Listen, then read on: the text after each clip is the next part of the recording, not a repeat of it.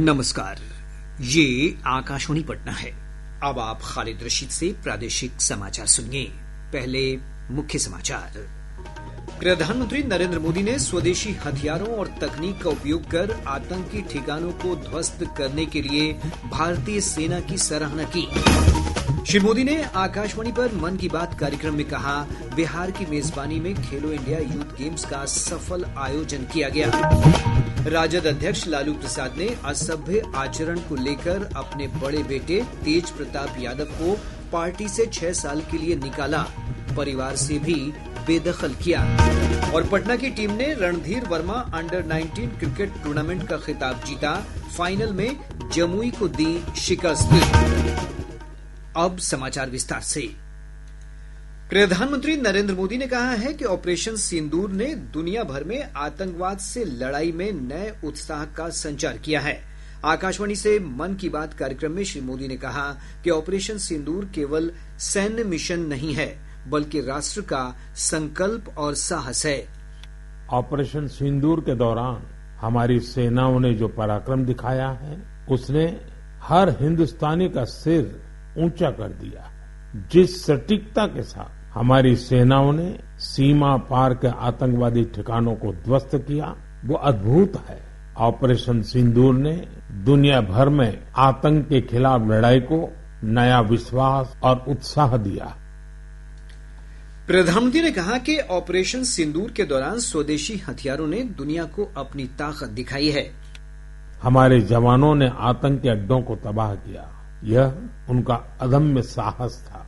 और उसमें शामिल थी भारत में बने हथियारों, उपकरणों और टेक्नोलॉजी की ताकत। उसमें आत्मनिर्भर भारत का संकल्प भी था। हमारे तकनीशियन, हर किसी का पसीना इस विजय में शामिल है। इस अभियान के बाद पूरे देश में वोकल फॉर लोकल को लेकर एक नई ऊर्जा दिख रही है। श्री मोदी ने प्रत्येक व्यक्ति से देश में बने उत्पादों को प्राथमिकता देने का आग्रह भी किया।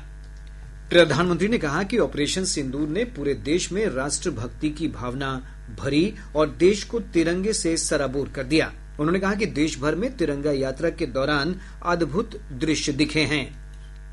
देश के कई शहरों में तिरंगा यात्राएं निकाली गई। हजारों लोग हाथों में तिरंगा लेकर देश की सेना, उसके प्रति वंदन अभिनंदन करने निकल पड़े। कितने ही शहरों में सिविल डिफेंस वॉलंटियर बनने के लिए बड़ी संख्या में युवा एकजुट हो गए। ऑपरेशन सिंदूर ने देश के लोगों को इतना प्रभावित किया है कि कई परिवारों ने इसे अपने जीवन का हिस्सा बना लिया है। प्रधानमंत्री ने कहा कि देश में खेलो इंडिया गेम्स बहुत सफल रहे। श्री मोदी ने खेलो इंडिया को लेकर बिहार की मेजबानी की सराहना की। उन्होंने कहा कि बिहार के 5 शहरों ने खेलो इंडिया गेम्स की मेजबानी की। उन्होंने कहा कि इसमें शामिल देश भर के एथलीटों ने बिहार की खेल भावना और यहाँ के लोगों से मिली आत्मीयता की बहुत तारीफ की है। साथियों, बीते दिनों खेलो इंडिया गेम्स की बड़ी धूम रही। खेलो इंडिया के दौरान बिहार के 5 शहरों ने मेजबानी की थी। वहाँ अलग अलग कैटेगरी के मैच हुए थे। पूरे भारत से वहाँ पहुंचे एथलीट्स की संख्या 5000 से भी ज्यादा थी। इन एथलीट्स ने बिहार की स्पोर्टिंग स्पिरिट की, बिहार के लोगों से मिली आत्मीयता की बड़ी तारीफ की है। साथियों, बिहार की धरती बहुत खास है। इस आयोजन में यहाँ कई यूनिक चीजें हुई हैं। खेलो इंडिया यूथ गेम्स का ये पहला आयोजन था जो ओलंपिक चैनल के जरिए दुनिया भर में पहुंचा। प्रधानमंत्री श्री मोदी ने कहा कि इस बार खेलो इंडिया में बिहार के खिलाड़ियों ने भी शानदार प्रदर्शन करते हुए 36 पदक जीते। उन्होंने कहा कि ऐसी स्पर्धाओं से भारतीय खेलों का भविष्य और संवरेगा। इस बार बिहार ने भी 36 मेडल्स अपने नाम किए। साथियों, जो खेलता है वही खिलता है। यंग स्पोर्टिंग टैलेंट के लिए टूर्नामेंट बहुत मायने रखता है। इस तरह के आयोजन भारतीय खेलों के भविष्य को और संवारने वाले हैं। श्री मोदी ने कहा कि हर वर्ष 21 जून को मनाए जाने वाले योग दिवस को लेकर दुनिया भर में लोगों में जोश और उत्साह नजर आ रहा है। प्रधानमंत्री ने कहा कि इस वर्ष वे विशाखापत्तनम में योग दिवस कार्यक्रम में शामिल होंगे। राज्यपाल आरिफ मोहम्मद खान ने ऑपरेशन सिंदूर कार्रवाई को सेनाओं का मनोबल बढ़ाने वाला अभियान बताया है। वे जोधपुर में संवाददाताओं से बातचीत कर रहे थे। पहलगाम के बाद पूरा देश एक व्यक्ति बन के खड़ा हुआ है। हमने अपना संकल्प साफ बता दिया है कि जैसी घटना पहलगाम में हुई है और उससे पहले जो लगातार होती रही है, सहनशीलता की भी एक हद होती है, हम इसे अब बर्दाश्त नहीं करेंगे। हमारा नेतृत्व, हमारे प्राइम मिनिस्टर, हमारी फौज, उन्होंने जबरदस्त जवाब दिया है। राष्ट्रीय जनता दल के अध्यक्ष लालू प्रसाद ने असभ्य लोक आचरण और गैर जिम्मेदाराना व्यवहार को लेकर अपने बड़े बेटे और पूर्व मंत्री तेज प्रताप यादव को 6 साल के लिए पार्टी से निष्कासित कर दिया है। सोशल मीडिया पर इस निर्णय की घोषणा करते हुए श्री प्रसाद ने कहा कि तेज प्रताप यादव का गैर जिम्मेदाराना व्यवहार पारिवारिक मूल्यों और संस्कार के अनुरूप नहीं है। लालू प्रसाद ने कहा कि तेज प्रताप यादव की पार्टी और परिवार में अब कोई भूमिका नहीं होगी। तेज प्रताप यादव समस्तीपुर जिले के हसनपुर विधानसभा क्षेत्र से विधायक हैं। हाल ही में सोशल मीडिया पर उन्होंने कथित तौर पर अपनी महिला मित्र को लेकर कुछ पोस्ट किए थे। माना जाता है कि इसी मुद्दे को लेकर पार्टी के राष्ट्रीय अध्यक्ष ने उनके ऊपर कार्रवाई की है। राष्ट्रीय जनता दल के नेता और विधानसभा में नेता प्रतिपक्ष तेजस्वी प्रसाद यादव ने पार्टी अध्यक्ष द्वारा की गई कार्रवाई का समर्थन किया है। जहाँ तक मेरे बड़े भाई की बात है, राजनीतिक जीवन में निजी जीवन भी अलग होता है, तो निजी जीवन के फैसले और निर्णय, क्योंकि वो अडल्ट है, बड़े हैं, उनको अधिकार है, वो अपना निर्णय, क्या उनका सही होगा, क्या नुकसान होगा, ये अपना निर्णय वो खुद ले। और राष्ट्रीय अध्यक्ष जी दल के नेता हैं, उन्होंने अपने ट्वीट के माध्यम से स्पष्ट कर दिया जो उनकी भावनाएं थी, उन्होंने स्पष्ट कर दिया है। तो अब जो है राष्ट्रीय अध्यक्ष जी ने कहा है और हमने अपनी भावनाओं को भी आप लोगों के सामने रखा है, वो निर्णय ले, क्या उनके लिए सही है, क्या गलत है, लेकिन हम ऐसी चीजों को पसंद नहीं करते हैं और ना बर्दाश्त हम कर सकते हैं। प्रादेशिक समाचार आप आकाशवाणी पटना से सुन रहे हैं। ताजा समाचारों के लिए आप हमारे एक्स हैंडल AIR News _ पर जा सकते हैं। नीति आयोग के मुख्य कार्यकारी अधिकारी VVR सुब्रमण्यम ने कहा है कि भारत जापान को पीछे छोड़ते हुए दुनिया की चौथी सबसे बड़ी अर्थव्यवस्था बन गया है। दिल्ली में नीति आयोग की गवर्निंग काउंसिल की बैठक के बाद डॉ सुब्रमण्यम ने भरोसा जताया कि अगले 2 से 3 वर्षों में भारत तीसरी सबसे बड़ी अर्थव्यवस्था बन जाएगा।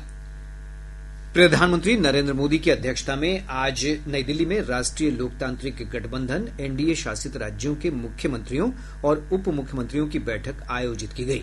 भाजपा के गुड गवर्नेंस विभाग द्वारा आयोजित इस बैठक में सुशासन व्यवस्था से जुड़े मुद्दों पर चर्चा की गई। भाजपा अध्यक्ष जगत प्रकाश नड्डा, गृहमंत्री अमित शाह और रक्षा मंत्री राजनाथ सिंह भी इस बैठक में मौजूद रहे। मुख्यमंत्री नीतीश कुमार, उप मुख्यमंत्री सम्राट चौधरी और विजय कुमार सिन्हा ने बैठक में शामिल होकर बिहार का पक्ष रखा। केंद्रीय गृह राज्य मंत्री नित्यानंद राय ने कहा है कि सशस्त्र सीमा बल SSB की भूमिका सीमाओं की सुरक्षा व्यवस्था, विशेषकर नेपाल और भूटान सीमा पर देश की संप्रभुता की रक्षा में बहुत महत्वपूर्ण है। केंद्रीय मंत्री ने आज सुपौल में आसनपुर कुपहा में 8वें बेसिक रिक्रूट ट्रेनिंग कोर्स के पासिंग आउट परेड को संबोधित कर रहे थे।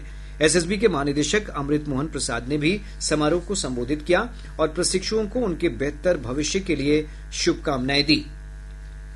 राष्ट्रीय लोक मोर्चा के अध्यक्ष उपेंद्र कुशवाहा ने कहा है कि जनगणना के बाद बढ़ी हुई आबादी के आधार पर ही परिसीमन होना चाहिए। श्री कुशवाहा ने आज रोहतास जिले के विक्रमगंज इंटर कॉलेज मैदान में आयोजित रालोमो की संवैधानिक अधिकार परिसीमन सुधार महारैली को संबोधित करते हुए कहा कि बढ़ी हुई आबादी के आधार पर परिसीमन नहीं किए जाने से बिहार जैसे राज्यों का काफी नुकसान हो रहा है। स्वास्थ्य मंत्री मंगल पांडे ने कहा है कि राज्य में स्वास्थ्य व्यवस्था को और बेहतर बनाने के लिए बड़ी संख्या में चिकित्सकों की नियुक्ति की जाएगी। श्री पांडे ने औरंगाबाद के दाऊद नगर में एक 30 हेल्थ एंड वेलनेस सेंटर के शिलान्यास कार्यक्रम को संबोधित करते हुए कहा कि राज्य के अस्पतालों में किसी तरह की लापरवाही बर्दाश्त नहीं की जाएगी। पटना की टीम ने Randhir Varma under nineteen cricket trophy जीत ली है। पटना के मोइनुल हक स्टेडियम में आज खेले गए फाइनल मुकाबले में पटना ने जमुई को 6 विकेट से पराजित कर दिया। टॉस जीतकर पहले बल्लेबाजी करते हुए जमुई ने 144 रन बनाए। पटना की टीम ने इस लक्ष्य को 17 ओवर 4 गेंदों में ही 4 विकेट खोकर हासिल कर लिया। बिहार क्रिकेट एसोसिएशन की विशेष आम सभा में क्रिकेट को नई ऊंचाई और गौरव दिलाने वाले बिहार के क्रिकेट खिलाड़ियों को सम्मानित करने का निर्णय किया गया है। संघ की बैठक में आज इस संबंध में एक विशेष समारोह आयोजित करने का निर्णय किया गया। विशेष आम सभा में 30 पूर्णकालिक सदस्य उपस्थित हुए, 7 एडहॉक सदस्य भी उपस्थित रहे। प्रदेश के अधिकांश भागों में प्री मानसून वर्षा हो रही है। मौसम विभाग ने अगले 24 घंटों के दौरान किशनगंज, कटिहार, पूर्णिया और अररिया जिले में कुछ स्थानों पर भारी बारिश का अलर्ट जारी किया है। इधर विभाग ने 15 जून तक राज्य में दक्षिण पश्चिम मानसून के प्रवेश करने की भी संभावना जताई है। विभाग ने कहा है कि मानसून अपने तय समय से 8 दिन पहले ही केरल में दस्तक दे चुका है और इसके तेज गति से आगे बढ़ने की परिस्थितियां बनी हुई हैं। इधर पिछले 24 घंटों के दौरान कटिहार, अररिया और आसपास के क्षेत्रों में तेज बारिश दर्ज की गई है। पटना उच्च न्यायालय के न्यायाधीश सोनी श्रीवास्तव ने आज सीतामढ़ी में परिवार न्यायालय भवन का उद्घाटन किया।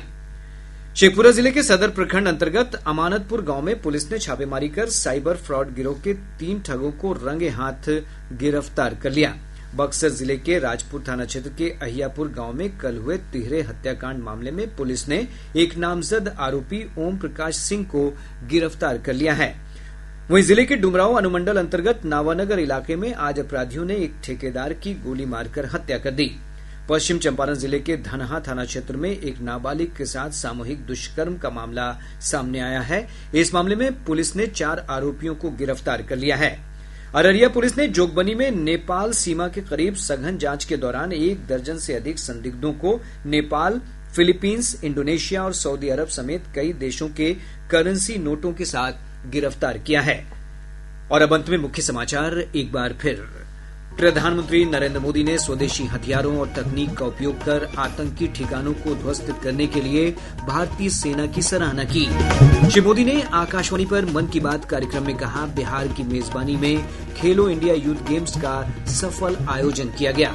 राजद अध्यक्ष लालू प्रसाद ने असभ्य आचरण को लेकर अपने बड़े बेटे तेज प्रताप यादव को पार्टी से 6 साल के लिए निकाला, परिवार से भी बेदखल किया।